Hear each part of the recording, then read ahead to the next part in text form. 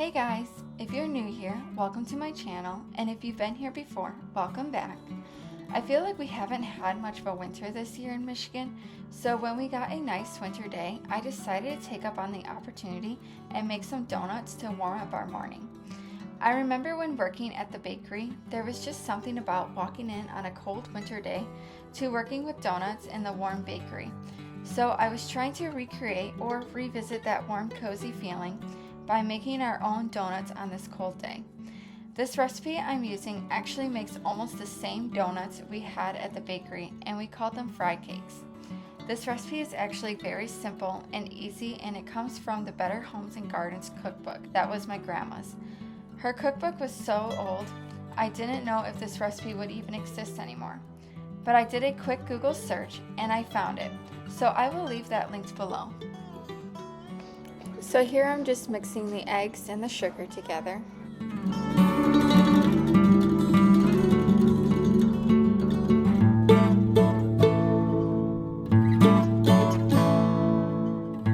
And now I'm just adding in the milk.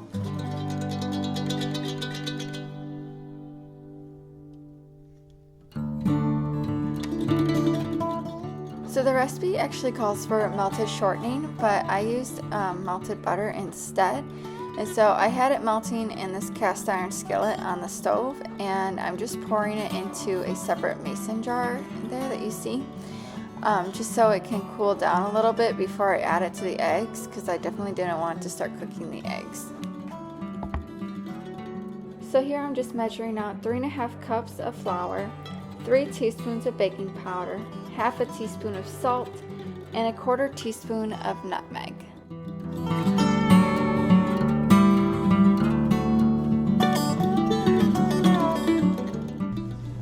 And this is just my way of sifting those ingredients together, just because I don't have a fancy sifter or anything, but maybe one day I will, but for right now this works just fine.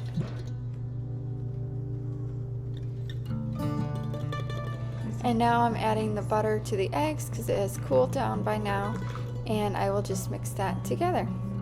Also, side note, I do realize that my butter did get browned. That was not supposed to happen. That was kind of an accident, but I figured, whatever.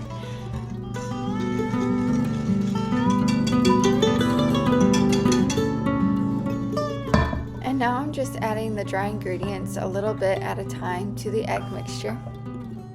And then stirring it until it's smooth, and then once that's smooth, then I'll add a little bit more of the dry ingredients and then stir it again, and then I just keep doing that until it's all well blended together and smooth.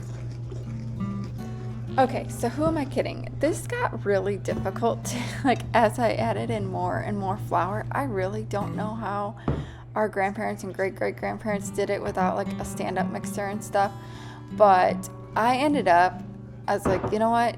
I'm just going to call in the reinforcements and get my stand-up mixer out because it's just getting too hard. So that is what I did. So now I'm just flouring a nice clean spot on my counter here so that I can roll out the dough. See how much better that looks when I put it in the stand-up mixer? Gosh, I could not do that with my own hands. Or I just don't have the patience to see if I could. So I just use a stand-up mixer. So now I'm just going to kind of work it here and just kind of get it kneading, and kind of like a smooth disc is what I was kind of aiming for before I brought out the rolling pin. So that is what I'm doing. And then I just periodically add flour to the top of it and flour as needed, just so then it keeps it smooth and not so sticky.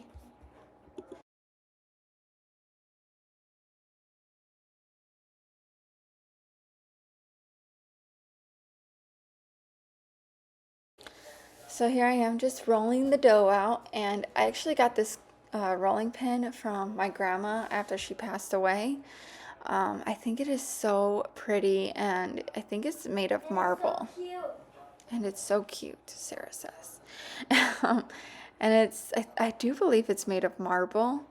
I don't know, but it's so heavy, like it's very heavy duty, and definitely would not want to drop it on your floor or on your toe.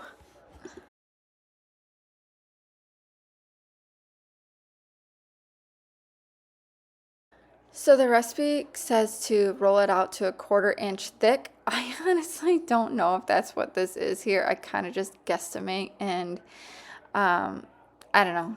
I guess maybe this is almost a 1/4 inch thick. I'm not really sure, but I just went with it anyways.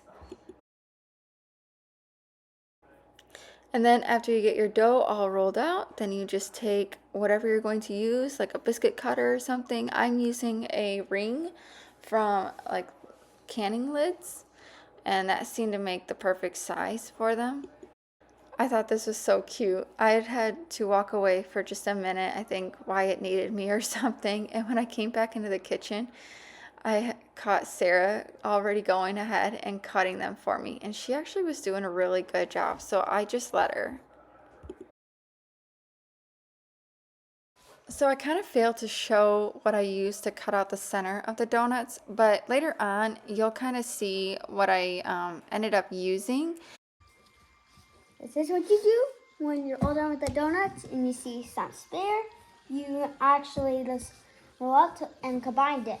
Combine it is making it all stick together again and make some more. And keep making. We're going to have this for breakfast. I'm starving. I'm going to tell how I'm eating the dough. And I'm so hungry. If you see any flour on your island, you just take your hand underneath the island if you have a little cut and then just sprinkle it on the dough. That's what my mom says right here. You gotta get your head in the face. Yeah. Smash it on the island. That's how you confirm one thing. You gotta smash it so it all sticks together. Yeah. It's like a rock. It's so hard. I'm going to shape it like a rock. You want me to do it? I'm just going to smash it. I'm making it a rock. Let's see how this went into our cake decorating bin cookie cutter cake decorating bin. And I found this, so I'm going to try to use this because it's smaller. Alright, go ahead and try. I already made the little donut holes for little ones. Look, those ones are for butt dog. That is so cute. Should we show them? Yeah. This is what I made. So Sarah made out of the donut holes, made mini donuts. I used the tip of, I used this right here to make it. I kept sucking that's really up cute. the snot. I can't wait to see how this. Okay, so that looks a little bit better. We'll see how that Can I does. see what you're using? And then this is how small. Oh! That's how small the donut hole will be. So we're gonna try different sizes here. You're going to stay over there on your side. I'm staying over here because I gotta collect some flour with the stove for my barbie. Oh, I'm going to make these a little donut. No, we're not. We're just going to. You're gonna eat it? Exactly how I did them.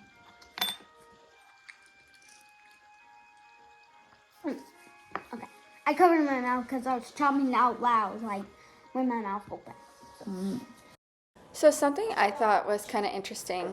In the original recipe in my grandma's cookbook, it says that after you cut the donuts to let them sit for like 15 minutes before you fry them.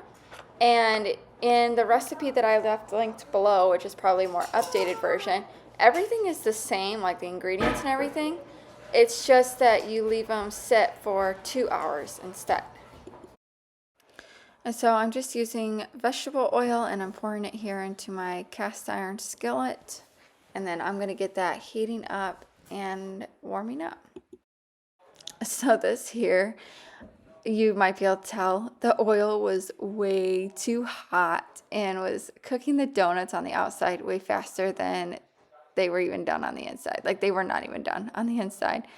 So yeah, that did not work out. But if I had like a thermometer for measuring the oil temperature, I could have been better off, but I don't have one, so I have to eyeball it. And then here, it was actually a little too cool, so I shut it off and I let it cool down for a little while.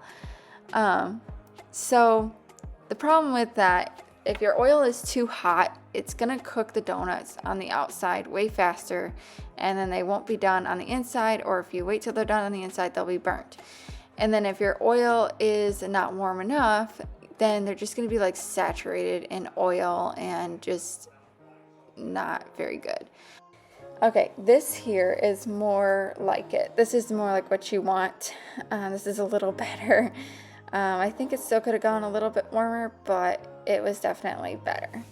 And then after you get them fried up in oil, then you just take them out and put them in like a dish or a plate with paper towel and just kind of like let the paper towel soak up the oil. And then you would just dust them with like powdered sugar or cinnamon and sugar and enjoy them. Or you could just enjoy them plain, because that's what we did too. We didn't even put powdered sugar on them and they were still just as good. So this is unfortunately where I'm going to kind of end the video. I did not really get much footage on this. I don't really know what happened. I think the stages kind of got a little crazy, but this is all I had for you guys. So I just want to say thank you so much. And if you're not a subscriber yet, please go ahead and click subscribe and give this video a thumbs up. Thank you for watching.